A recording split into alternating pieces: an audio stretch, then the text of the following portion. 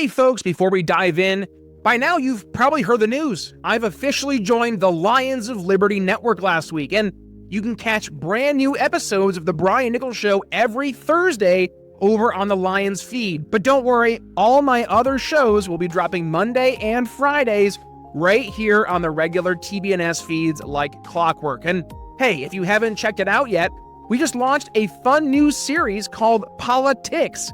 Yes, ticks, because bloodsuckers live in DC, and let's be real, if there's one thing worse than lobbyists, it's ticks in tall grass. Same effect, just different species. Now, for today's episode, we're talking critical minerals, tariffs, and why America better start acting like a grown-up when it comes to self-reliance. All right, enough of that. Let's get into today's episode. And at the end of the day, the safest way to get minerals, the cleanest way, the way that probably benefits Americans the most by providing good-paying jobs and keeping industry in a much more secure place than it has been historically, is to do things here at home. We need to be flexible. Obviously, some of these minerals are only accessible in one or two countries around the world, but I think to the extent that we can, we ought to be self-sufficient in a number of these minerals. Instead of focusing on winning arguments, we're teaching the basic fundamentals of sales and marketing and how we can use them to win in the world of politics, teaching you how to meet people where they're at on the issues they care about. Welcome to The Brian Nichols Show. Well, hey there, folks. Brian Nichols here on another fun-filled episode, yes, of The Brian Nichols Show. I am, as always, your humble host, joining you from our lovely Cardio Miracle Studios here in sunny Eastern Indiana. The Brian Nichols Show is powered by, yes, the best heart health supplement in the world, Cardio Miracle. So, if you want to learn how to lower your resting heart rate, lower your blood pressure while improving your pump at the gym, stick around. We're going to talk about that more later in today's episode. But first, we're going all the way over to the Middle East, and we're talking all things mineral deals and I guess all that and more. I'm not nearly prepared to have this conversation by myself. So joining me today to discuss all that and more is Farrell Gregory. Farrell, welcome to the Brian Nichols Show. How you doing?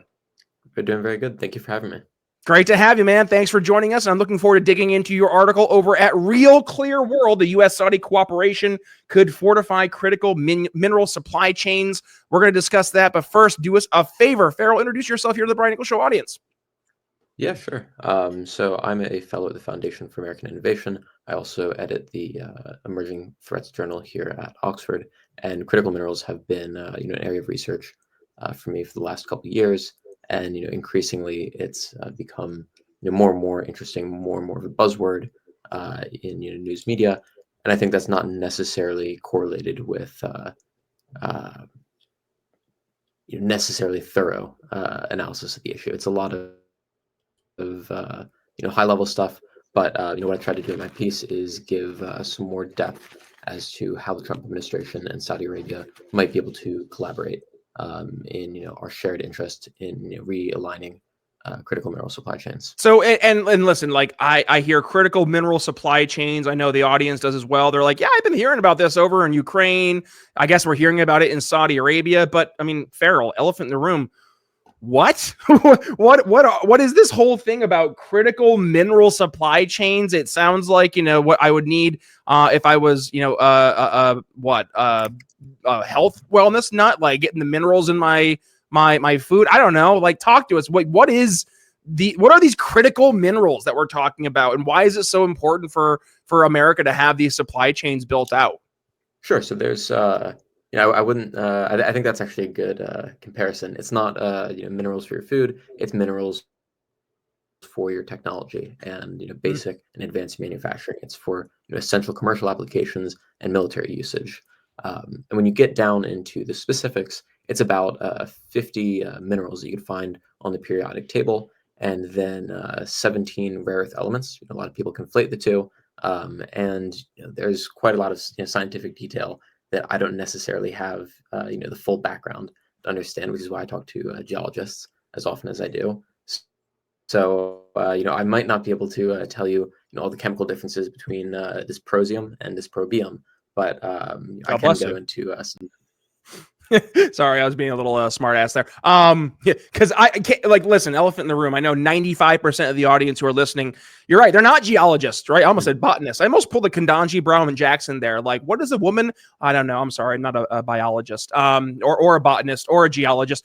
So in this case, it is very much like we read the news headline and then we go about our day. And people really don't take time to either dig beyond the headline or to actually like conceptualize why this is important. So we're talking about minerals, not that it goes into our breakfast cereal, but rather things that are actually helping America, helping the world really function and continue to advance from a technological standpoint. So let's talk about these mineral deals, right? And the supply chains therein that we're really trying to reinforce, both with the agreement that you wrote about over at Real Clear World over in Saudi Arabia, but also what was taking place over in Ukraine in recent months, where we saw President Trump and President Volodymyr Zelensky have a pretty tete-a-tete there at the Vatican, I think it was, with Pope Francis. Yeah, Francis's funeral. I was like, which pope is it now? It's one of the popes. The Pope's funeral. So we see right now that this is becoming more of a real conversation that people are at least being aware of. So let's just set the stage here. Why is this important, Farrell? Sure. So I think there are a number of ways that you could divide up a list of 50 minerals and 17 rare earth elements. But say the basic fact is that they go into a number of these very essential technologies, manufactured products that we use. And what makes them different from other minerals or other raw materials that we use in those processes is the fact that their supply chains are in some way or another less secure than we would like them to be. So that either means we're very reliant on one site in a foreign country that could easily be disrupted. We are reliant on a country that we don't entirely get along with, and the big elephant in the room is the degree to which we rely on China for some of this stuff. If you look at the U.S. Geological Survey list of critical minerals, China is a primary supplier for almost half of them. And as we've seen in the last couple of weeks, given these shifts in global trade, China instituted an export control onto 7 rare earth elements, in addition to some controls that they put on mineral exports such as antimony back in the fall. And the effect that that has is, one, the possibility that it's harder to get certain products on shelves, harder to get certain inputs for manufacturing, because it just gets a lot more complicated trying to get these minerals in situations where we're almost entirely reliant on China for them. What do these minerals go into, Farrell? Like where are we seeing the use cases of these applications? Yeah, so I mean, it'd probably be easier to find things that they don't go into, but it's really everything. So these very specialized alloys for fighter jets to ammunition to night vision goggles. I mean, that's just antimony. You can go into all sorts of areas. Cobalt goes into your batteries. Rare earth elements go into specialized magnets. And this is something I think people don't necessarily appreciate, which is that the total market value of some of these minerals is rather small. We're talking about millions of dollars rather than billions. But you have to think about the second order effects. If we lose access to them, all of a sudden, without this one mineral that you've never heard of, we can't make ammunition. We can't make drones. We can't make this or that. And those second order effects would be devastating. Are these minerals unavailable in America? It varies. That again, it's 50 different things. It varies quite a lot. But no, not necessarily. There are a number of minerals that we have in substantial quantities here in America that, for a whole list of reasons, we're not utilizing. Well, if we could, I don't mean to dig deeper, but that's my job. Let's dig a little bit deeper. Like, what are those minerals that aren't allowed? If you have a list, that's great. But if not, just help us understand. Like, we have these minerals. Why aren't we using them ourselves? Sure. So there are a couple examples that just come to mind right now. So I think a great one is the Resolution Copper Project in Arizona. If we were able to utilize that, that would be, I believe, the 4th largest copper mine in the world. Copper is on the list of critical minerals, and it's one of those ones where it's not rare necessarily, but these supply chains have a tendency to accumulate in certain places around the world. So that makes it a bit more difficult for us to bring it home. But one, it is feasible. There is a company that is for years, a major mining company, been working to develop the Resolution Copper project, but they've just been tied down in lawsuits and permitting. And permitting is a huge issue, obviously, for us. Believe it takes us an average of 17 years to permit a mine in America, which is one of the longest processes in the world. And I think that points to something rather difficult for us, which is, if other countries where the regulations are looser, but also the environmental protections at the same time are much worse. The same people who would say that we need to protect America's environment, which I would very much agree with, are still comfortable relying on sources of minerals that are far, far dirtier than what we would do here. You mentioned, Farrell, like we're making these agreements with countries that, maybe we're not best of friends with, right? So I guess I hear all that and I'm a little stuck. Like, why don't we just like reprioritize? Like, let's get rid of the red tape. Let's focus on getting these rare earth minerals here in the United States, in our actual geographic area, versus going halfway, if not the full way, across the world to Ukraine, to Saudi Arabia, to China. Name your favorite, not so great country here, right? And then engage in these very, very, I would say risky, not from an outcome standpoint, but like what we're having to probably sacrifice or put in place for guarantees or protections therein, right? Like, it just feels like we're taking extra steps to make it more difficult than doing not only the easier thing, but dare I say, the more like fruitful option, which would just be doing it here at home. No? It's funny. We spend this whole episode talking about why America being way too dependent on foreign countries for the stuff that actually matters, like minerals that keep our economy running and our defense strong. But here's a thought. How dependent are you on other people or big pharma for your health? Listen, I'm not trying to go around and wait for big pharma and some government program to manage my health. And that's why I've been using Cardio Miracle every single day for the past 2 years, because it's helped me lower my blood pressure, boost nitric oxide, and honestly, I've just been feeling better, stronger, sharper. Cardio Miracle is the real deal. It's like reshoring your cardiovascular system, taking back control of your most critical infrastructure, your heart. So, if you're tired of outsourcing your well-being to the broken healthcare system, do yourself a favor. Scan that little QR code over my shoulder or head to cardiomiracle.com and use code TBNS at checkout for 15% off your order. Take back your health. Be your own supply chain. And now, let's get back to the show. Yeah, it's a good question. I think in the case of Saudi Arabia, what I wrote in that article, because I do think there's an interesting alignment in the interests of Saudi Arabia and the interests of the U.S. in this area. My view is essentially that we should, engage in collaboration that utilizes, both of our, kind of unique advantages. Saudi Arabia geographically is, an interesting point for bringing in raw materials. They're also, pretty flexible when it comes to developing processing, which they do plenty of for oil. It's a different process, but still they have a lot of industrial knowledge, engineering knowledge, and they have an interest in diversifying their economy. So I think there's some room for collaboration there. I think there's also, as I mentioned in the article, room for joint financing between Saudi Arabia and the U.S. in different mineral projects, because that is a huge problem around the world where American companies either aren't fast enough or are bogged down for different reasons, and you just can't acquire these mining sites around the world. So I think it is very important to be clear about the parameters of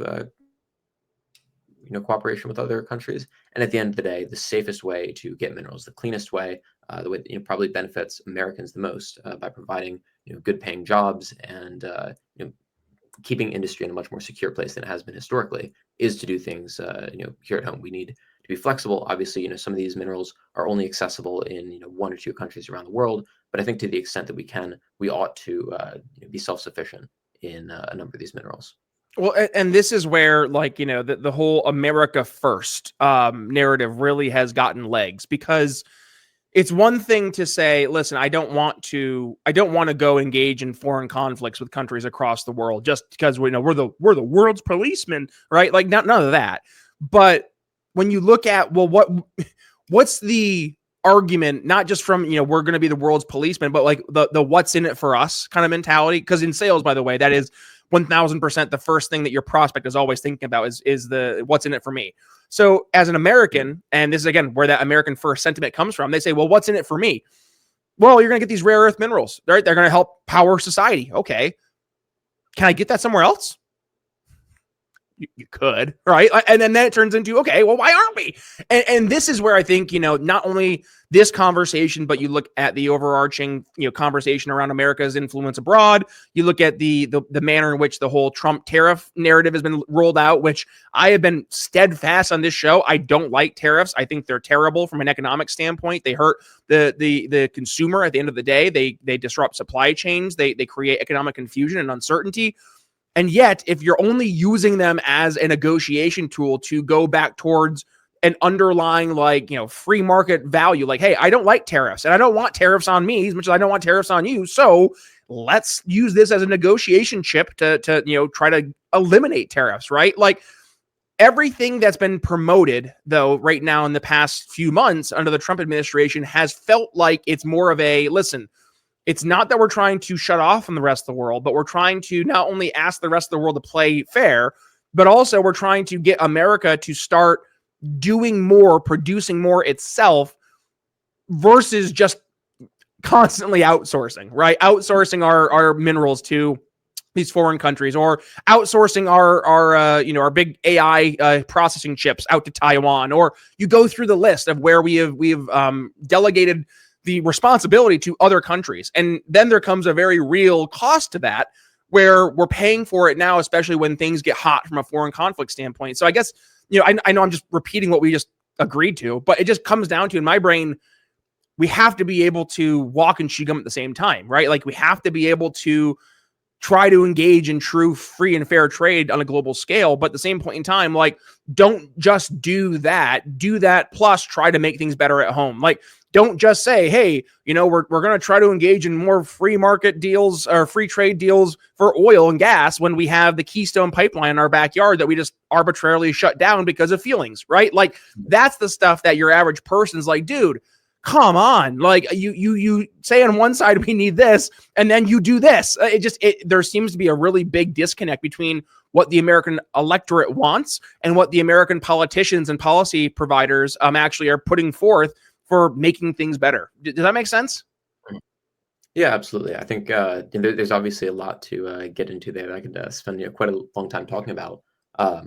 With respect to the tariffs, I think obviously there's quite a lot going on, and quite a bit that's not being reported in the news right now. For instance, regarding potential deals. So I'm going to wait to look at some of the specifics of those. But I think when it comes to critical minerals and a number of other things, I think the American public has been very poorly served by the kind of thought that says it doesn't really matter where our steel comes from, where our raw materials come from, and a number of our manufactured products where they come from, as long as they're cheaper.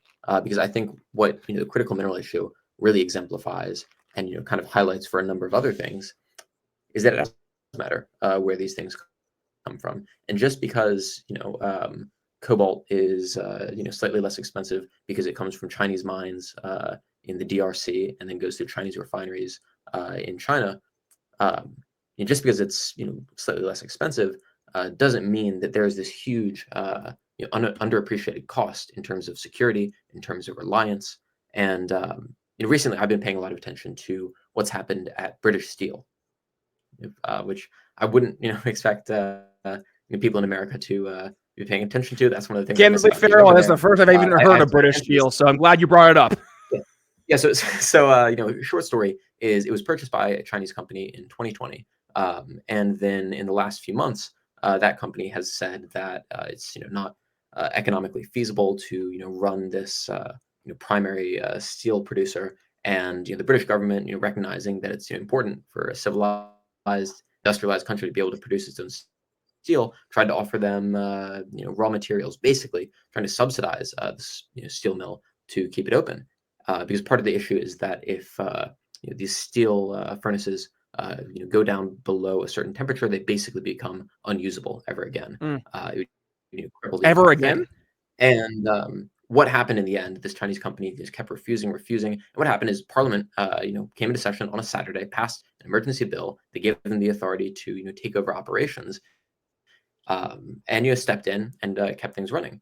But I think that points to a very unfortunate dynamic that I think this whole conversation on tariffs puts us in a better direction on, which is that it really does matter where you get some of these essential inputs from. And there's something that I've written about the British steel matter, and it's actually very interesting timing that Vice President Vance just the other day went to a steel plant in South Carolina, Nucor Steel, and talked about exactly these issues, saying that it absolutely does matter from that geostrategic standpoint where these raw materials and manufactured products come from in that geopolitical sense, but it also matters for Americans because a lot of these plants, in a way that I think is unique to these additive processes, they provide stable hours, good wages, and a sense of pride in what you make. And I think all of that just points to a very complicated picture that will make us go through some tough decisions about what it is we need to produce here. But I think it's a conversation worth having, and we're having it as a result of these tariffs. I know we've had this conversation many a time on the show about just the fact that America has really become, over the past 50 years, the outsourced country, right? If there's dirty work we don't want to do, we outsource it. And we've become very much a service type of country where a large percentage of Americans find themselves serving or working in some type of role that is more or less a service industry, right? I'm in the sales and technology space. So I lead sales teams. I do coaching for sales teams. I'm not selling myself personally a physical product or service or good. I'm selling solutions. I'm selling knowledge, information. And it is very hard to tangibly quantify the value of something in that world relative to I have this hacky sack, right? And this hacky sack is full of diamonds. Farrell, sure. And I know that based on the size of this hacky sack, that there's going to be, a certain value to the diamonds therein. By the way, this hacky sack doesn't have diamonds, but if it did, right, that would be a very easy thing to actually quantify and sell.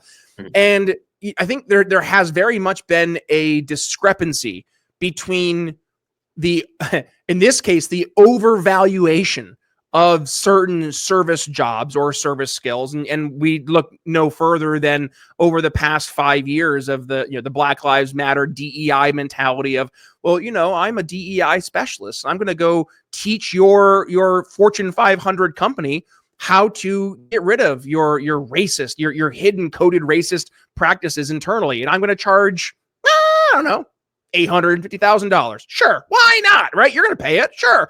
And you see that's a cost, but is there value behind that cost? I'm saying all this, Farrell, because the back to the hacky sack, right? If this hacky sack was full of diamonds, I know that there is a tangible value, a tangible cost to what these diamonds have therein. And I think what we're seeing right now is very much like the service industry fight back. It's like in Star Wars, right? The Empire Strikes Back. The service industry fights back because the service industry is seeing that the ability to, in many instances, create an arbitrary, value cost standpoint that they can pass on to the consumer is now being threatened because we are bringing a lot of these, these very tangible black and white value. These again, the hacky sack. I know what this is going to cost. And now you're actually having to bring this back to United States shores in some instances. And those service jobs are in other areas starting to disappear for whatever reason. So I say all that, do you think that we are at the beginning of a retransformation, going back to the foundations of what made America great? What are we seeing right now with the changing economy here in America? Yeah. Well, not to get semantic, I think I would phrase it as going forward, not necessarily going back. Sorry, can you see me? Oh, I'm here. Sorry. Okay, sorry. So my approach to this comes from studying geopolitics, national security, And I think you can point to the 1990s, letting China into the WTO as kind of a changing point where we assumed that markets would make say China more like us, and would serve as a bulwark against some of these national security concerns. I don't think that's played out necessarily, and I think when it comes to what you're talking about with say manufacturing services, I think it's all obviously part of the American economy, and I think there's actually much less of a bright line, say in manufacturing, for instance, between some of the knowledge work and some of the hands-on producing things, because obviously it takes quite a lot of knowledge, and especially stuff that you can't necessarily learn in a book. It's something that you have to learn by doing a process over and over so that you can learn how to do it in kind of an expert way. I think the manufacturing side actually isn't necessarily so dissimilar from what people call the knowledge economy. I think the important thing to recognize though is that in a conflict, you need access. You need bullets, essentially, among many other things. But if you don't have the materials to produce that, and you're reliant on countries, people who you don't entirely trust to provide those to you, for all of the skill that we have in engineering and design, if you don't have the raw materials, if you don't have the capacity to produce these things, you're in a very difficult position. Truth, Farrell, truth. Well, listen, I just looked at the clock. I can't believe we're already hard pressed for time. So here's what we're going to do. We're going to go to our final thoughts today. And I'm just going to, I'll very quickly summarize my final thoughts is that the world's changing, right? And you better keep up. If you're in a world right now where you're doing something in the service industry that is very, I was going to say not valuable, but maybe not just maybe you're getting paid a little too much and you kind of know it, but you're like, oh, whatever. The world's changing, right? We're seeing this right now, very much a going back to the fundamentals, which, when I teach my sales teams, right, I have to help them almost unlearn things first and then start from the foundations, because if it's like a football player, right? If I'm teaching a guy for offensive line or defensive line, which, believe it or not, I'm 6'5". I used to play football, 300-pound big old guy back in the day. I was a defensive lineman and an offensive lineman. So when you're teaching an offensive lineman or a defensive lineman how to properly engage with an opposing player, right? It doesn't matter how big, how strong, how mean, it doesn't matter any of that stuff if your technique is wrong. I could take a mammoth human being as a defensive lineman and have him go against a short, stocky, powerful, offensive player. And if that offensive player, using technique and leverage, is able to get under that guy's pads, he's going to knock that guy onto his ass 10 times out of 10, because the technique and the fundamentals matter infinitely more than just your natural physical stature or your big, mean, tough personality, right? You have to do things the right way. When I'm teaching a sales team, same thing. If I go in and I'm talking to a sales guy and I just see him show up to a discovery meeting and he is just throwing up features and benefits, and I'm like, my brother in Christ, good luck if you think you're going to sell something to someone by just going through a spreadsheet and reading off well, I'm selling this hacky sack. Going back to my hacky sack, it's nice. It's brown. It has, it's malleable. It makes a fun noise. Right? Isn't that great? That doesn't mean anything, right? What matters is going back to, how do we sell things? We sell things based on finding a problem, understanding that problem and the way it impacts the ability for that person to do their job or to find a positive outcome. And then we overcome that objection by presenting a real solution, right? So I say all that to go back to what we're looking at right now from an economic standpoint. We're almost having a transition back to the fundamentals, right? We can talk about doing all the fun extra things, right? Yes, if you're that defensive lineman, I want you nasty. I want you tough, but I also want you doing things smart. I want you doing the right way. So I say all that to bring this together. I think we're going to see right now very much a going back to the basics, understanding the basic tackling and blocking, right? The fundamentals. This is the stuff that matters. And when we look at critical minerals, not in our Cheerios, but rather in the everyday products we use across the country on a daily basis, to understand that it is not just, important to get access to these from building these deals and relationships with countries that maybe don't like us so much, but rather let's start focusing at home, right? Let's start doing what we can do here at home, not because we have some nationalist pride and, oh, we got to bring these working class jobs back. No, but it goes back to, if you're stretching yourself too thin, obviously you're going to have areas that you're going to be weaker, right? And it's on us to do almost like a business SWOT analysis. We do our strengths, our weaknesses, our opportunities, and our threats.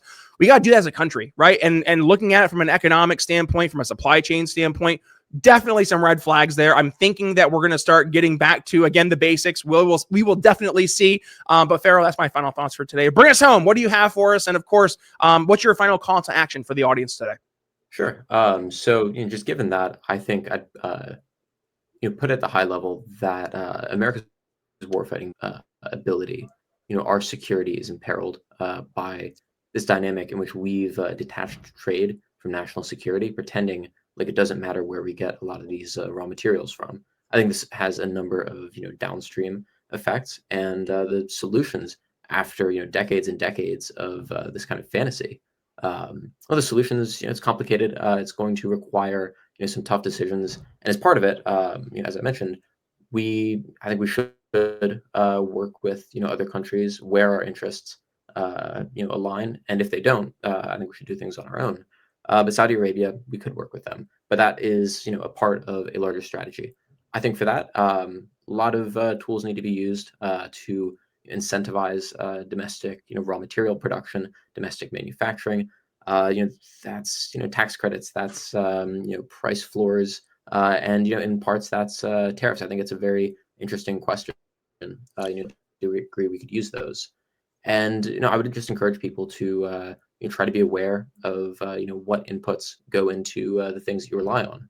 Because if you take one item in your household you really rely on and start to think about how much of it comes from other countries who don't have your best interests in mind, I think you'll start to take very seriously the benefits of not having to worry about whether other countries will let you have cars or military equipment.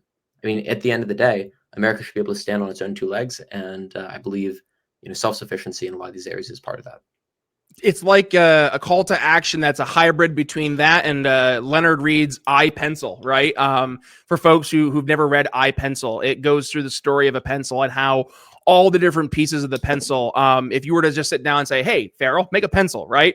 Like, yeah, we know what goes into a pencil, kind of, but do we know how to actually like curate all these different materials that we need and how to actually put these materials together in such a way that it makes a pencil? And oh, by the way, the pencil that if we were to see it on the side of the road, we'd probably just like walk past it because it's just, it's just a thing. Like, we don't really, I mean, pencils are everywhere, right? But when you go into what goes into a pencil, right? That's the part people like the brain explodes. Actually, my good friend Julie Borowski, she was here on the show. She did a show or a book very similar to iPencil, but it was more for kids, and it's called Nobody Knows How to Make a Pizza. And just the idea, you go into where all these different ingredients come from, and you go into how you create the dough and the yeast and like the mushrooms and the pepperoni and like the process of the pepperoni, and all of a sudden you stand back and you're like, holy cow, there's a lot of people and a lot of different mechanisms that go into making all the ingredients that I need in order to make a pizza, right? But being able to say, that's great, I want those mechanisms to be more secure, more cost affordable. And hey, by the way, if we could do it here at home, even better. So I definitely hear you, Farrell. I think this has been a great conversation. Folks, please go ahead and check out Farrell's article again over at Real Clear World. That article is the U.S.-Saudi cooperation could fortify critical mineral supply chains. You can find that again over at Real Clear World. And Farrell, where can folks go ahead and support you, learn more, continue the conversation over on social media? You got any links for us or email addresses? Hit us with it. Sure. Main one would be my X, which is the letter E, Farrell Gregory, Farrell Gregory. There you go. Links in the show notes, folks. Thank you for joining us. And if you got some value from today's episode, which I know you did, go ahead and give it a share. When you do, tag yours truly at B Nichols Liberty. You can find me on Facebook, on Twitter, on Instagram. Also, the Brian Nichols Show is both a video show as well as an audio show. So if you like to watch your content, head over to Rumble, YouTube, Twitter, or Facebook. We have the video versions of the shows uploaded there. We also go live every Monday, Wednesday, Friday at 9 p.m. Eastern with a little asterisk because there's going to be some changes here at the Brian Nichols Show. All good things. Get ready to roar, folks. We got some new things coming down the pike here. Maybe I'm joining a different network. I don't know. Stay tuned. We'll find out later. But other than that, if you like to take your podcast on the go, head over to your favorite podcast catcher, Apple Podcasts, Spotify, YouTube Music, Podcast Addict, SoundCloud, wherever it is you get your podcast. Hit subscribe and, of course, download all unplayed episodes, or head to the Brian Nichols Show website, briannicholsshow.com, which is one of the only places you can find all 970 other episodes here of the program. So if you want to leave the shows feeling educated, enlightened, and informed, there's your call to action. And with that being said, last thing, please support the folks who support us, which is our phenomenal sponsors like Cardio Miracle, Evils, CBD, Blood of Tyrants Wine, Liquid Freedom Energy Tea, and more. All those links have been over my shoulder here. If you scan those little QR codes, or just head to the Brian Nichols Show website, go to our sponsor page. All those links can be found there with our coupon code TBNS. Use that at checkout for a little something off at your checkout there for your order. So with that being said, we're going to go ahead and put a pin in today's conversation. Brian Nichols signing off here on the Brian Nichols Show for Farrell Gregory. We'll see you next time. Thanks for having me. Thanks for listening to the Brian Nichols Show. Find more episodes at briannicholsshow.com.